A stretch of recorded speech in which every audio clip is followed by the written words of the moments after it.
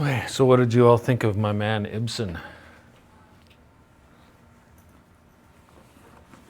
What year was it they were again? I couldn't tell you exactly, 1880s, 1890s, maybe something like that. Victorian era, anyways. What do you know about the Victorian era? If you hear that phrase, Victorian, what does you associate with it? What do you think about? I'm not looking for particular answers here. I'm just wondering whether you have associations with that in terms of culture or society. Did they sing opera then? I mean, they still do that. Did they sing opera then? Yes. Yeah, they did. Um, Not a ton in Norway, I don't think. But if you think about the pageantry associated with opera, then that's a good sort of equivalent for Victorian era stuff in your head. If you think, hey T-Bone, if you think about, I don't know, let's say cultural values during the Victorian era,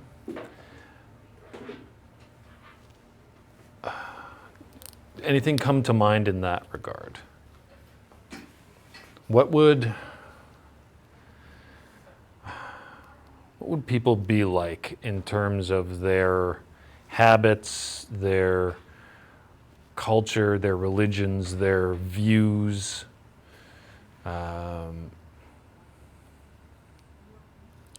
If you're picturing that opera,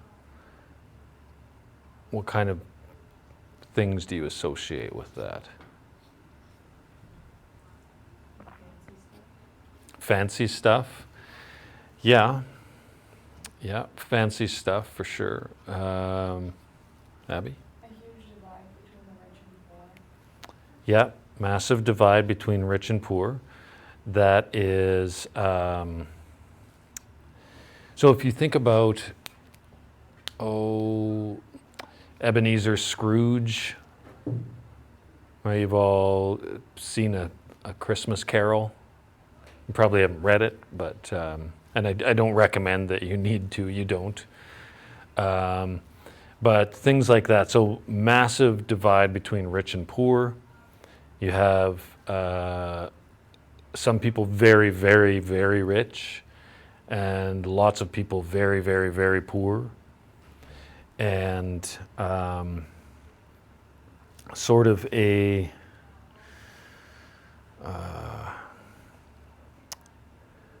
middle class that's lacking, right? There's not so much in between. And I don't know what you think about our society now in terms of the gap between the rich and the poor. Actually, let's talk about that. What do we think about our sort of current day, I don't know, economic culture? So, how poor are the poor people here?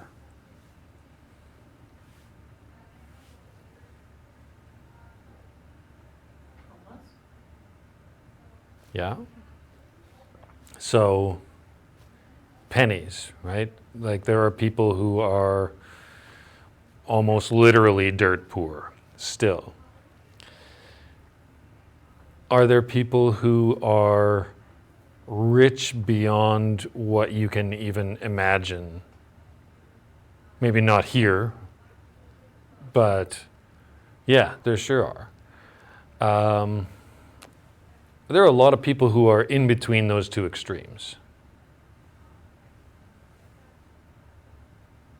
Yeah, like most of us, I would say, right? None of you are dirt poor, and none of you are extravagantly wealthy.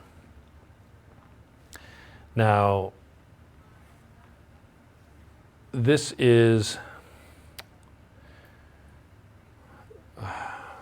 well, these things are all relative. I want to describe this as something new. It's something new certainly since early capitalism, which is kind of the time period that we're looking at here.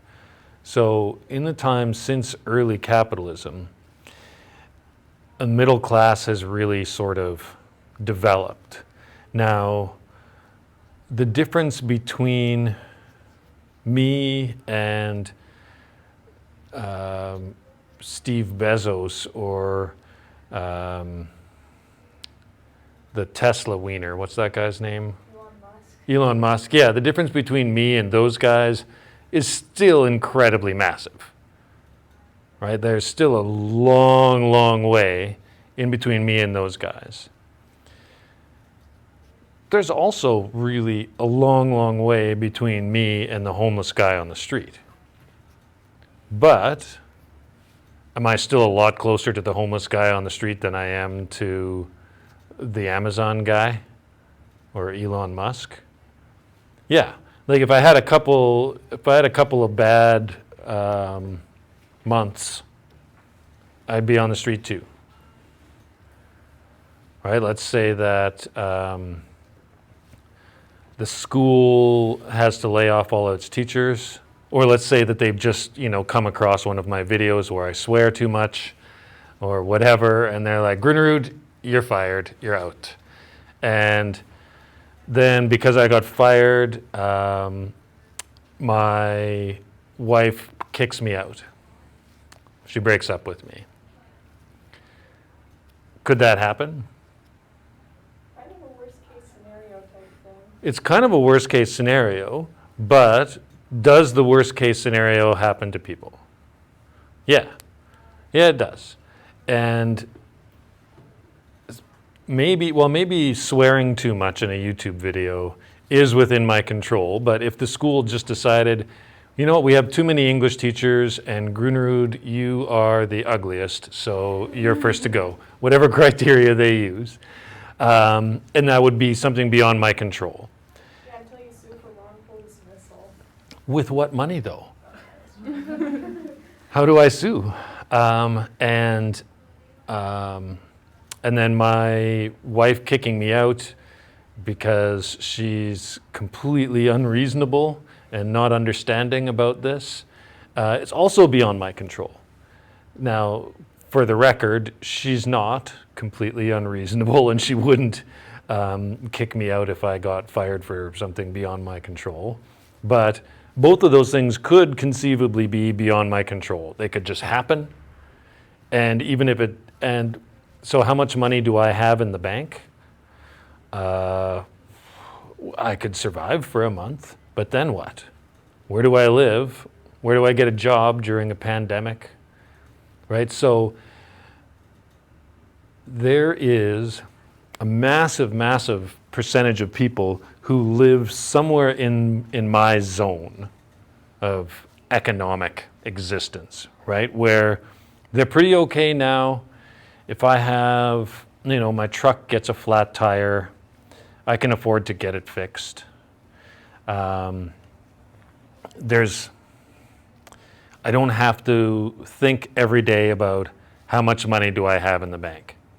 If I need groceries and, in the world where I would be safe entering a grocery store, I could just go pick out the groceries I need without paying too much attention to, is the cheese on sale or whatever, and I could just go and pay for it, and then I'd get home and my wife would be like, how much did you spend on groceries? And I'd be like, I don't know, like $100, $150, I don't know.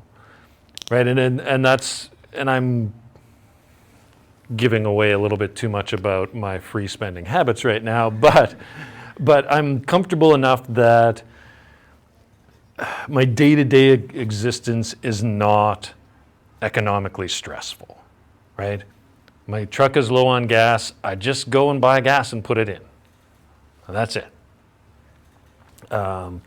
So I've come a long way from, Krogstad, living in an attic and like not trying to support his family and not sure if he's still going to have a job and barely making enough. He has a job and he's barely making enough to like live in a shack kind of thing. I've come a long way from that, but I'm still a couple of bits of bad luck away from having nothing and living in my truck, which now has a flat tire, and so I can't even take it anywhere. So we have a difficult time understanding that that period in history, the early capitalism period, where there was not very many people in that middle ground.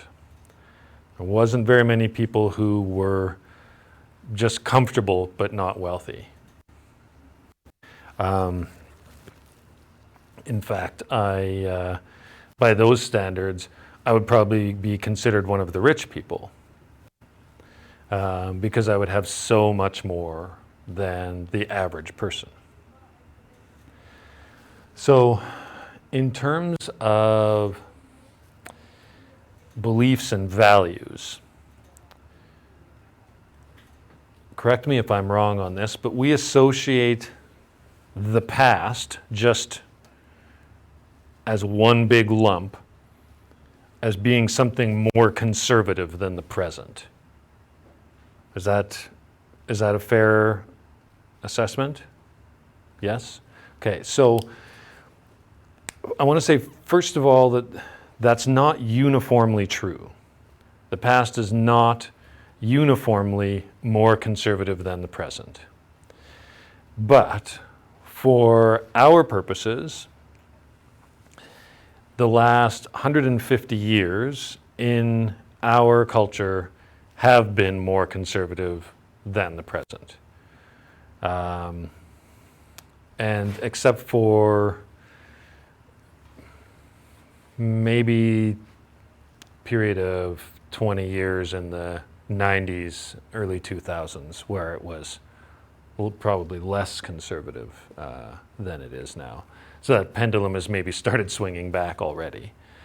But we still think, mostly rightly, about the past as being a place that is more socially conservative. And so we think about things like people being more religious and more hung up on traditions, right? And so we had slavery existing, not in Norway, where this play takes place, but slavery existed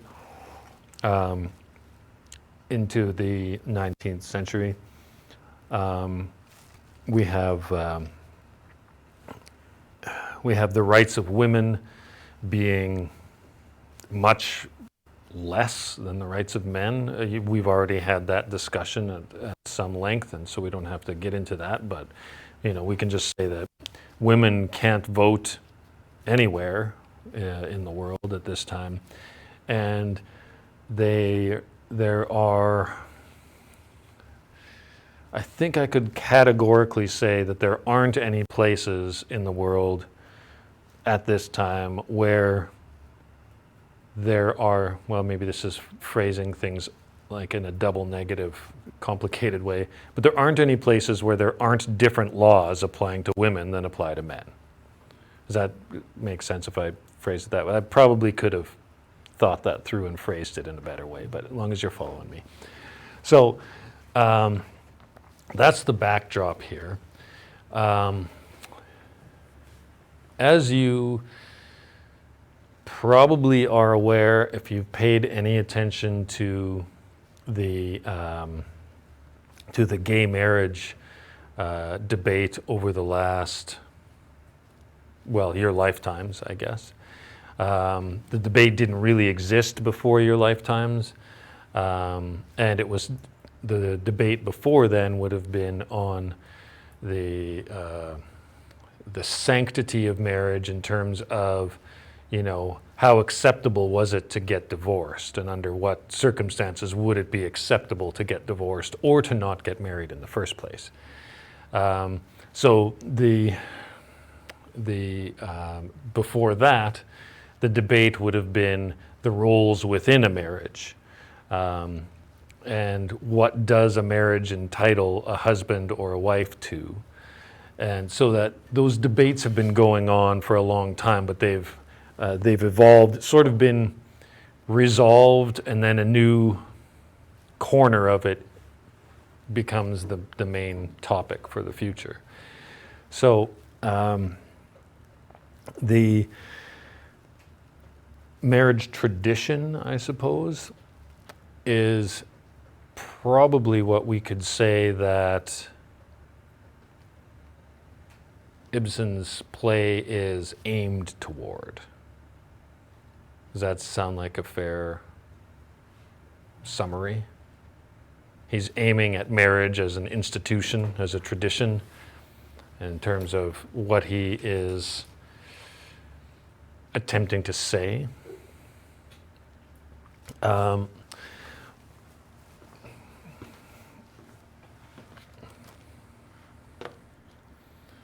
don't remember what I've got in this slide, so show. The father of modern drama.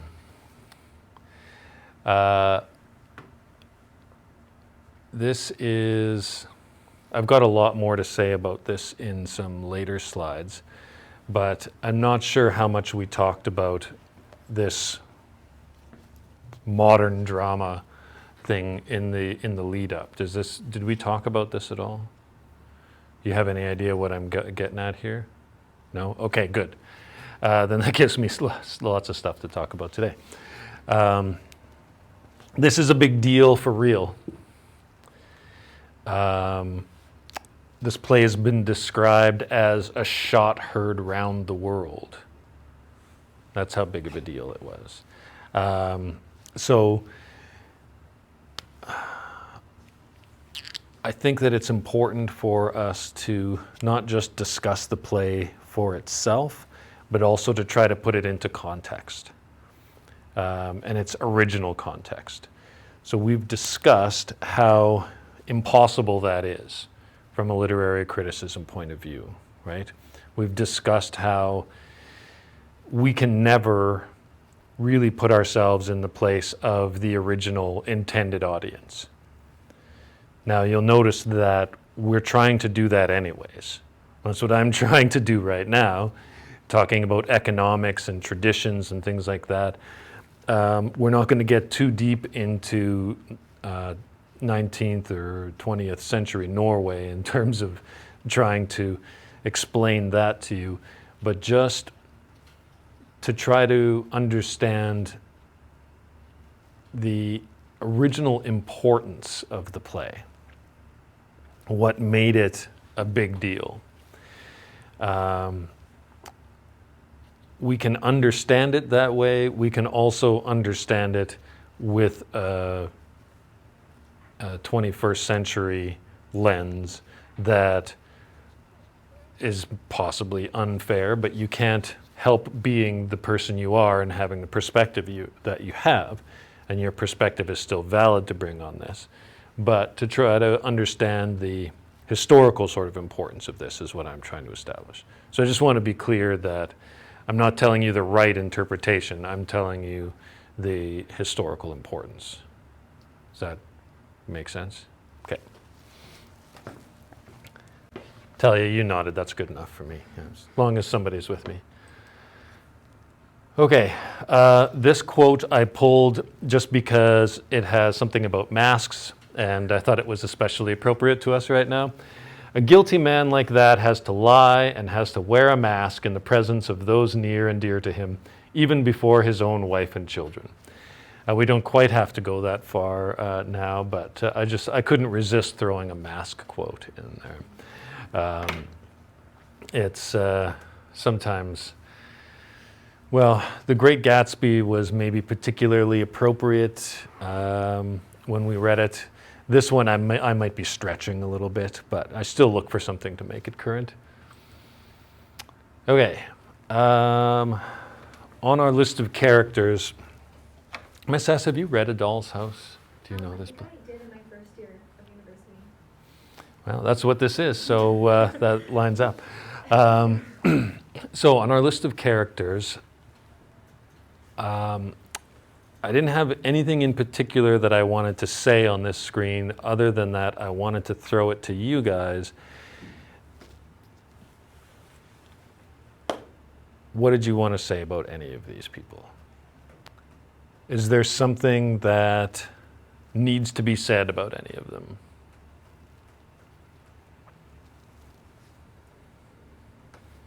Abby? So like Krogstad is sort of set up as the villain of the play at first, but then he kind of like turns it around in the last act and becomes a nicer person, like frees Nora from her debt and whatever. Yeah. Runs off with Christine, I think.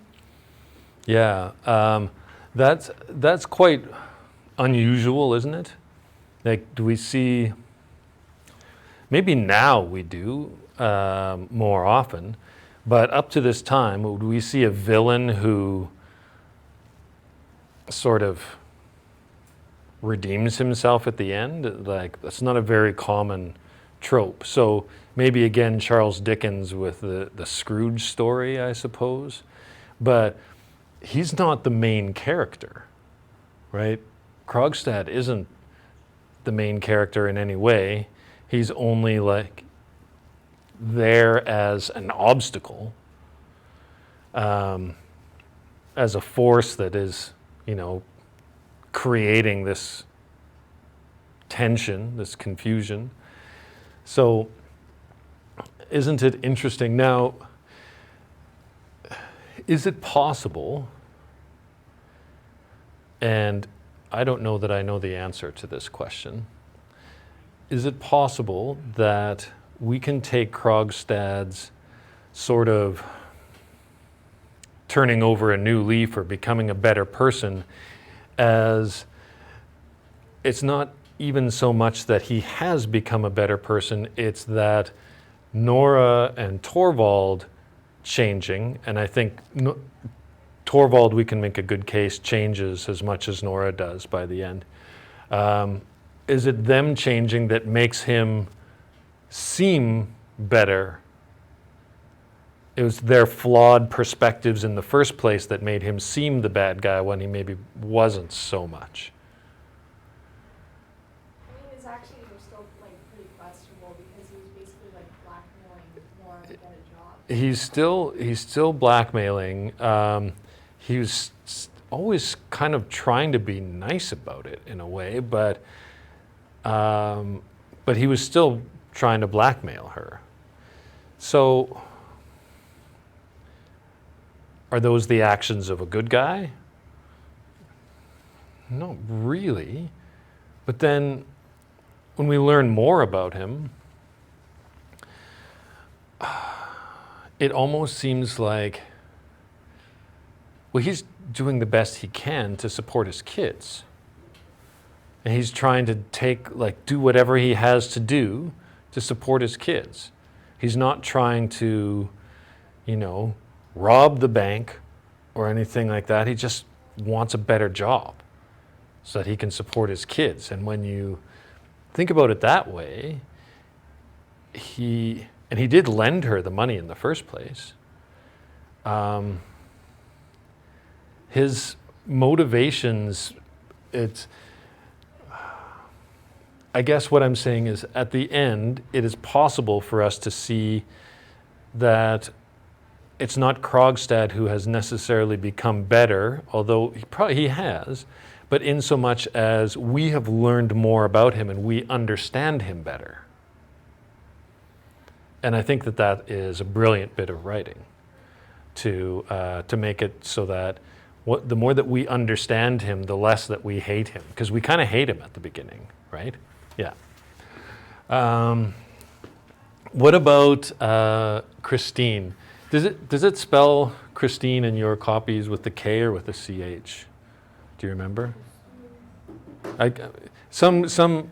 It's not important. I'm just curious. I couldn't remember whether your copy had the CH. Some versions of the play. It's a translation, right? It was originally written in Norwegian, and it would have been spelled like this. But some versions of it have, anglicized the name, is the term they've they've Englished it up and made it a CH. But is it? Okay. So you weren't confused about this anyway. So I just wanted to be clear that in case you thought that I had spelled it wrong, I just couldn't remember which way your text spelled it, but this is the original spelling. Anyways, what did we think of her?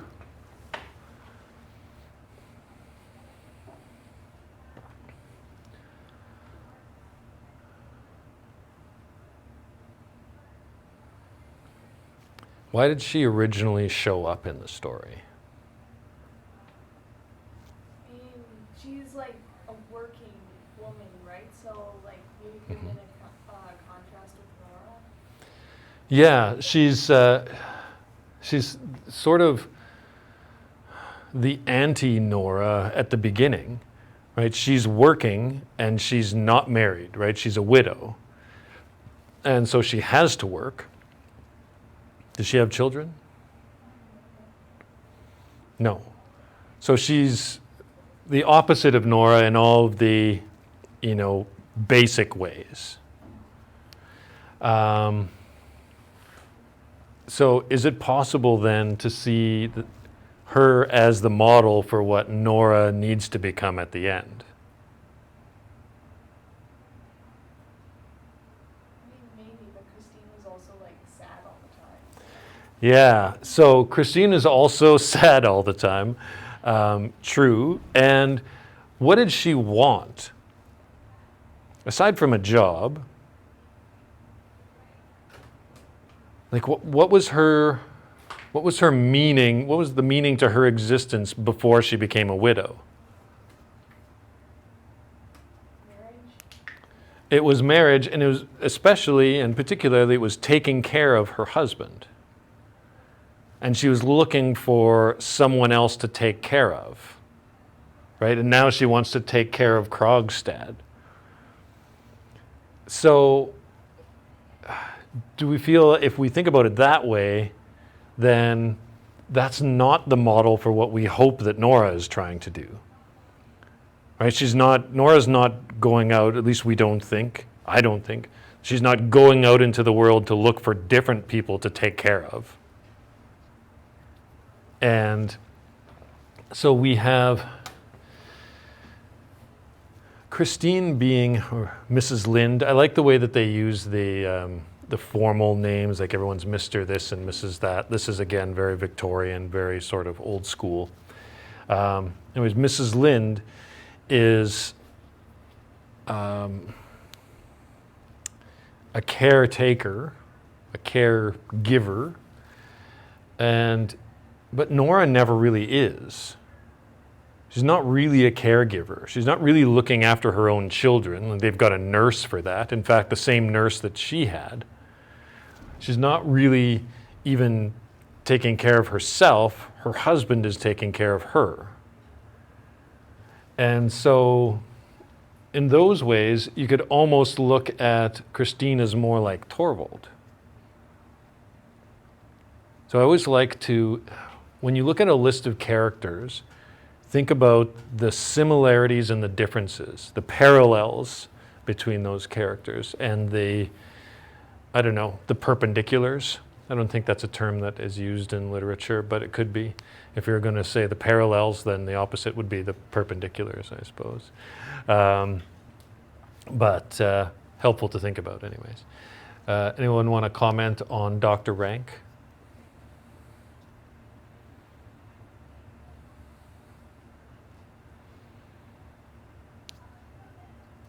How do we feel about his little declaration of love for Nora? I shouldn't say little, but how do we feel about that?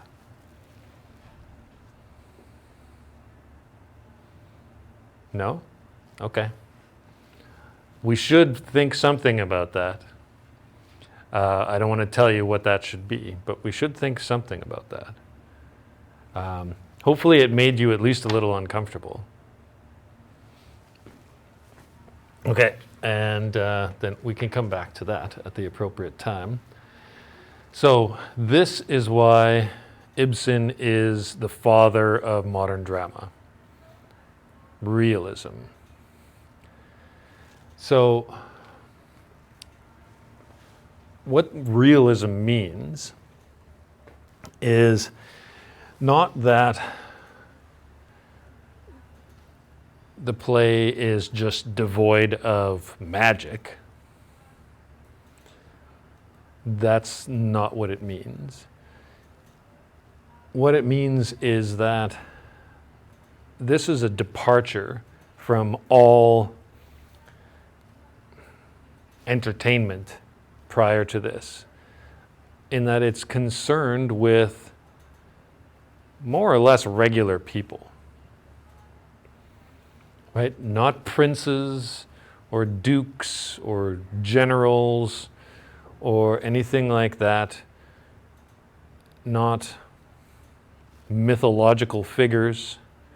This is just regular people with regular people problems.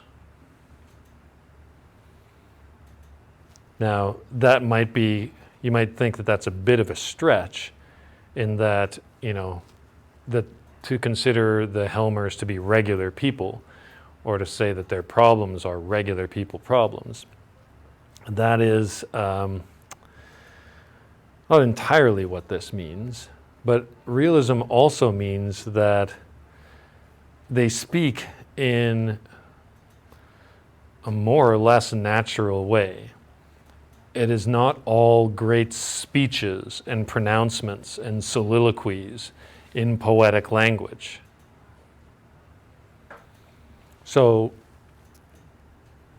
you have not read much, if any, Shakespeare, probably, but you have encountered it, certainly, and you know kind of what that language sounds like.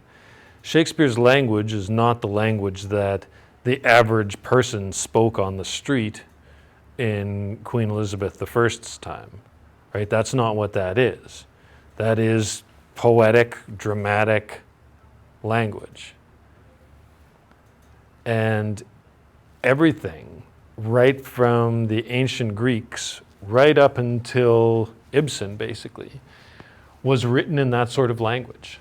It's all that poetry, verse, and everything very dramatic, and everything concerning the lives of big people, important people, not just a bank manager and his wife getting a divorce, right? That is, nobody had ever written a play about a bank manager and his wife splitting up, and especially not in normal everyday language. And people were really not sure what to think about this. This is why it was considered the shot heard round the world. Not only that, but also for the ending. And it seemed like that door slamming at the end. Did you guys like that? Did you like the door slam at the end? I hope you did. I really like it.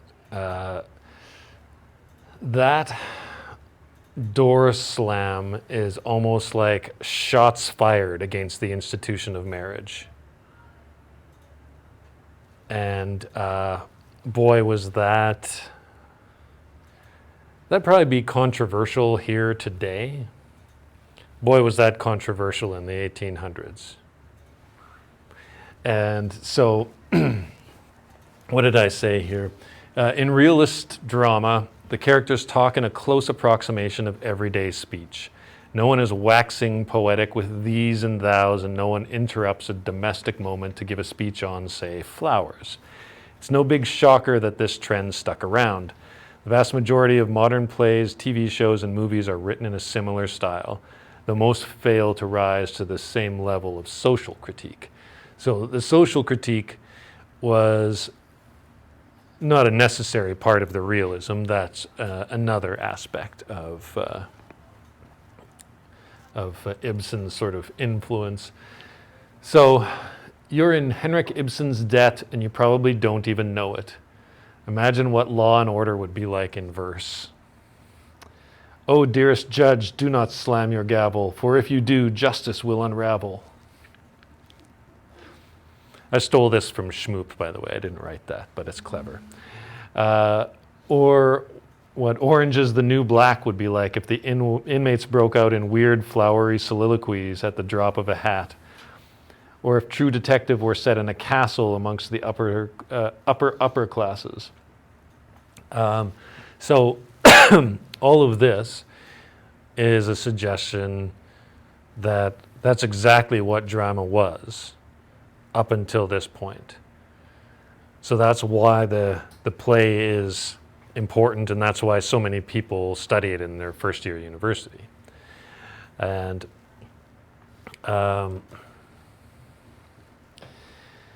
on Ibsen,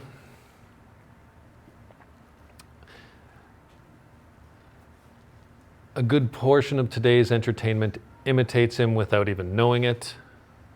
Just about every show on television that doesn't preoccupy itself with only the super rich, it's not that there are none of those, or B, examines real life situations, and C, uses normal sounding language, owes a little something to Ibsen.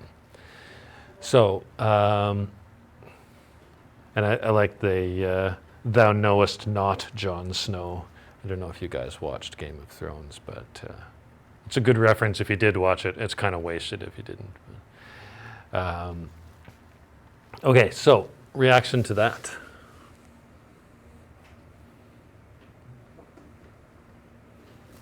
Okay, then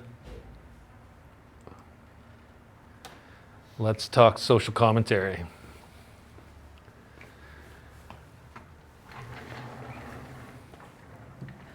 So here's most of what I have kind of hinted at already.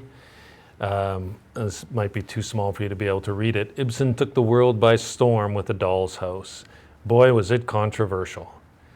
Nora's door-slamming exit from her marriage is sometimes described as a shot heard round the world. The very idea that a woman might have something to do other than keep house and raise children was pretty scandalous in the Victorian era. Now, Abby? Didn't somebody edit the end of the play after it came out to end it with Nora staying with Torvald?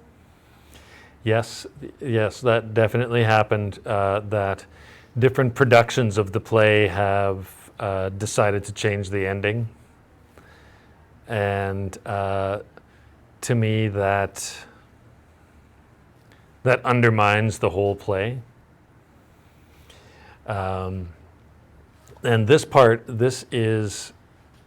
was really quite surprising to me. But this is speaking about the original audience here.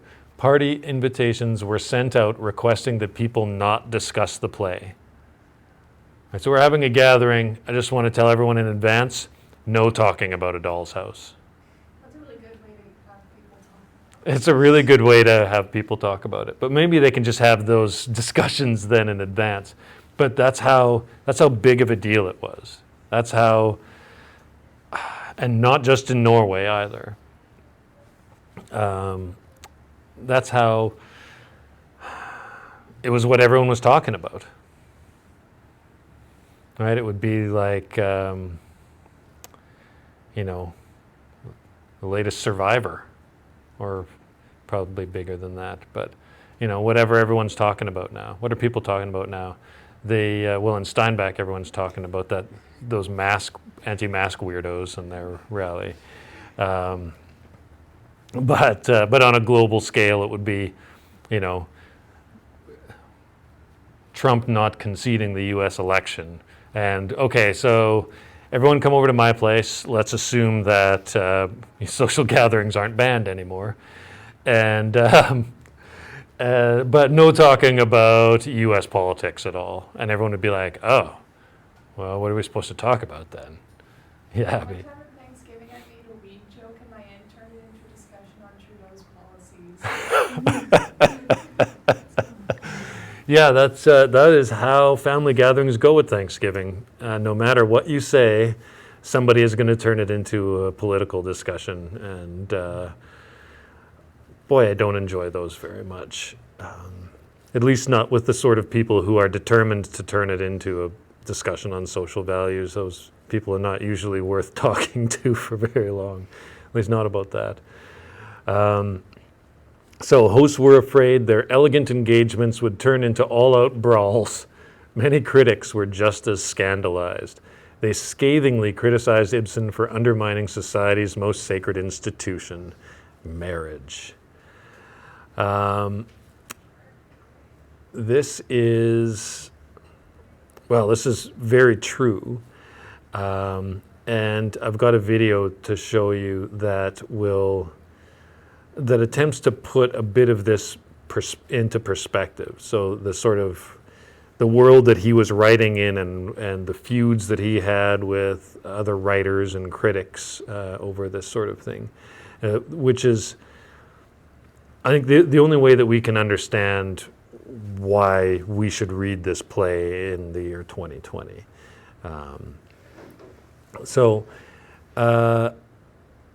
Is it a feminist manifesto, as has been often said? And I think that I introduced it as something that's often called the world's first feminist play or something like that.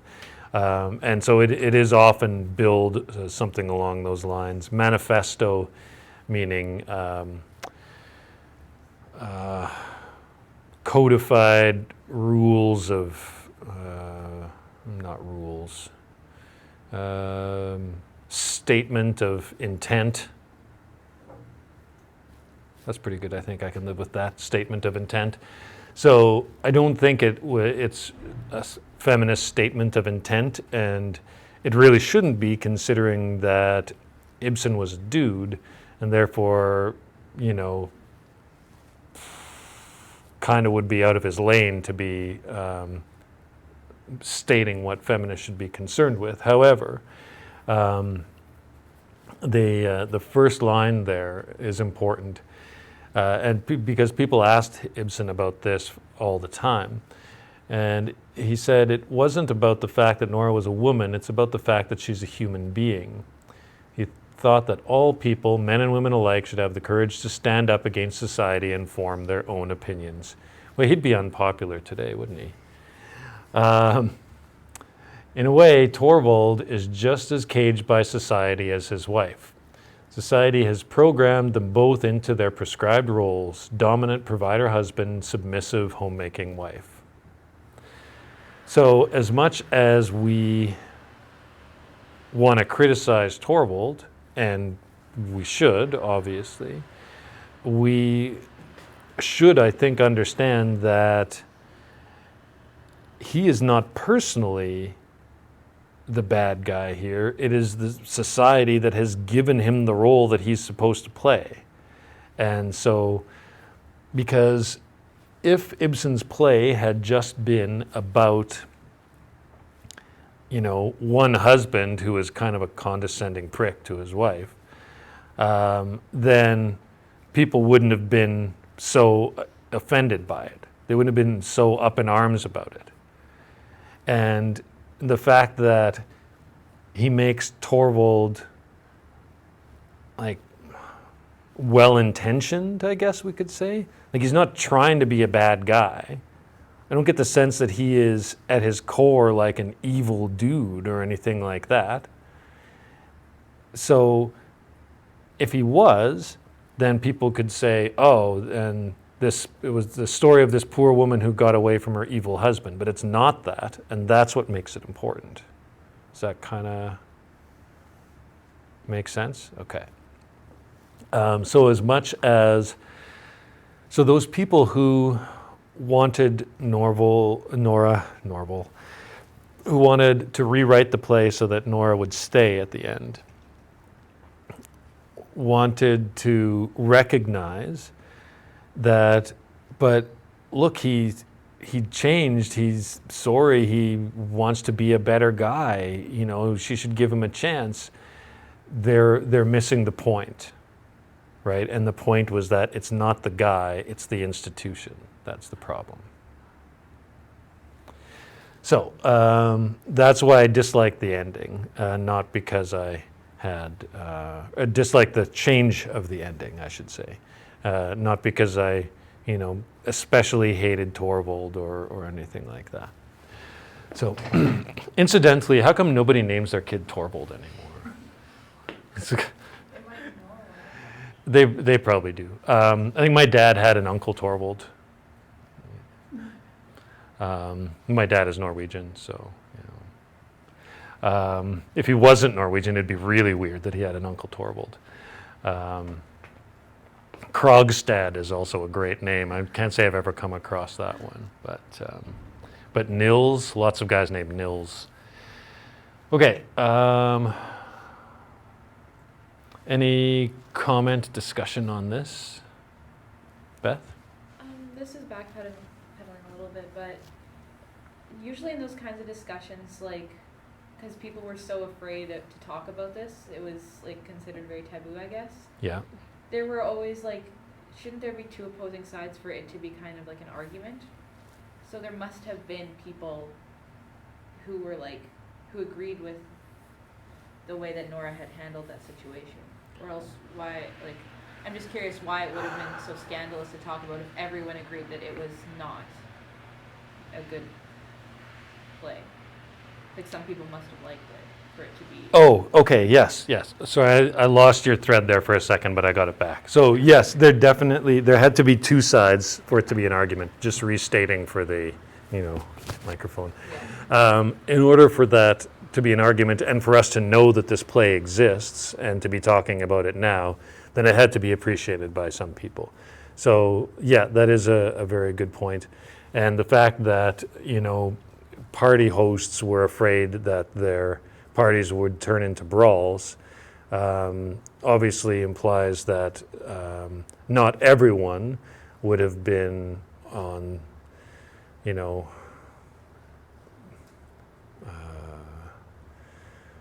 what's a good way to put it? Team Helmer? I don't know. Not everyone would have been on Team Helmer. Yeah, and I have probably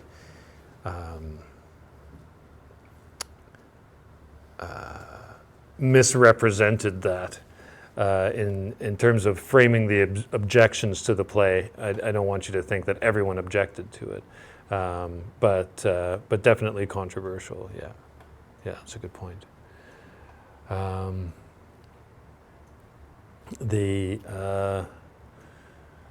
Actually, I think that the video that I want to show you is going to go some way towards addressing that.